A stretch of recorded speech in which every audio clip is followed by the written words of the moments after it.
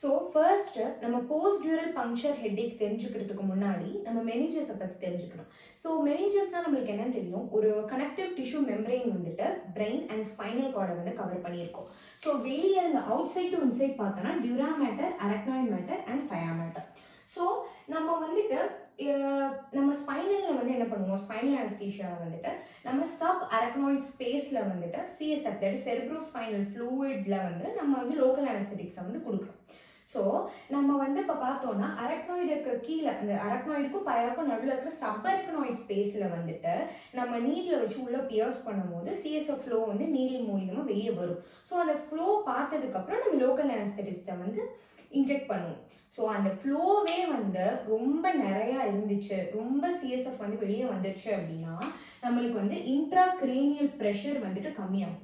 So intra cranial pressure வந்து கம்மியாகும் போது நம்மளுக்கு ஒரு ஹெட்டேக் வரும். ஸோ அந்த ஹெட்டேக் தான் வந்து போஸ்ட் டியூரல் பங்க்சர் ஹெட்டேக் அப்படின்னு சொல்கிறாங்க. இந்த பிடிபிஹெச்க்கும் நம்ம யூஸ் பண்ணுற நீடில், நம்ம ஸ்பைனலுக்கு யூஸ் பண்ணுற நீடில், அதுக்குமே வந்துட்டு நிறையா சம்மந்தம் வந்து இருக்குது.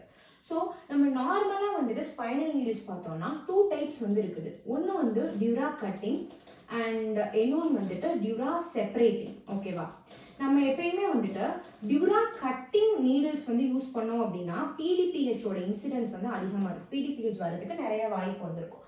அது போக நம்ம யூஸ் பண்ணுற சைஸ் ரொம்ப ஃபைன் நீடிலாக இருந்துச்சு அப்படின்னா நம்ம 26 காஜ் 27 இந்த மாதிரிலாம் நம்ம யூஸ் பண்ணும்போது ஸ்பைனல் நீடில்ஸ் யூஸ் பண்ணும்போது பிடிபிஹெச்சோட இன்சிடென்ஸ் வந்து கொஞ்சம் கம்மியாக இருக்கும். ஏன்னா சிஎஸ்எஃப் லீக்குமே வந்து கொஞ்சம் கம்மியாக இருக்கும். இது நம்ம 23 காஜ் ப்ளூ ரொம்ப ரொம்ப திக்கரான நீடில்ஸ் யூஸ் பண்ணும்போது நம்மளுக்கு பிடிபிஹெச் வர்றதுக்கு நிறைய வாய்ப்பு இருக்குது.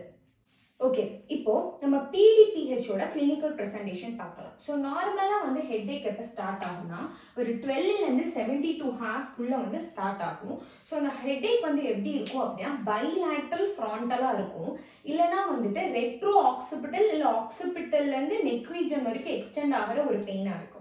ஸோ இதோட ஒரு கேரக்டரிஸ்டிக் ஃபீச்சர் அப்படின்னு நம்ம பார்த்தோம் அப்படின்னா என்ன அப்படின்னா இதில் வந்து பொசிஷன் சேஞ்ச் அப்போ நம்மளுக்கு பெயின் அக்ரவேட் ஆகும், பொசிஷன் சேஞ்ச் அப்போ.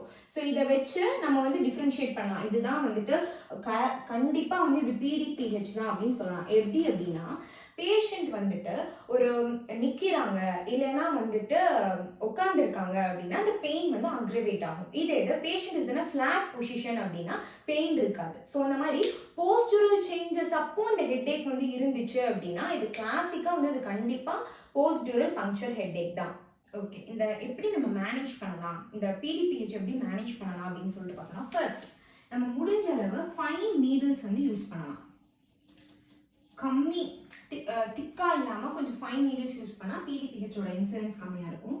செகண்ட் வந்து பார்த்தோம் அப்படின்னா பேஷண்ட்டுக்கு வந்து நல்ல ஒரு ஹைட்ரேஷன் நல்லா இருந்தாலே வந்து அவ்வளவா வந்து பேஷண்ட்டுக்கு பிடிபிஹெச் வந்து வராது.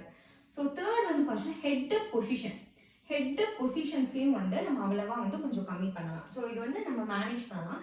நெக்ஸ்ட் வந்து பார்த்தோம் அப்படின்னா பெயின் ரொம்ப அதிகமாக இருக்குன்னா நம்ம வந்து அனல்ஜெசிக்ஸ் கொடுக்கலாம்.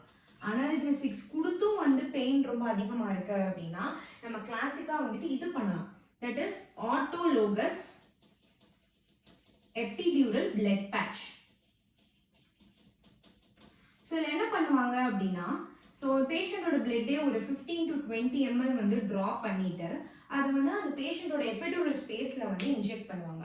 ஸோ பண்ணும்போது ரொம்ப பிடிபிஹெச் வந்துட்டு நம்ம பெயின் சப்சைடே ஆகலை அப்படின்னா நம்ம வந்து இது வந்து பண்ணலாம்.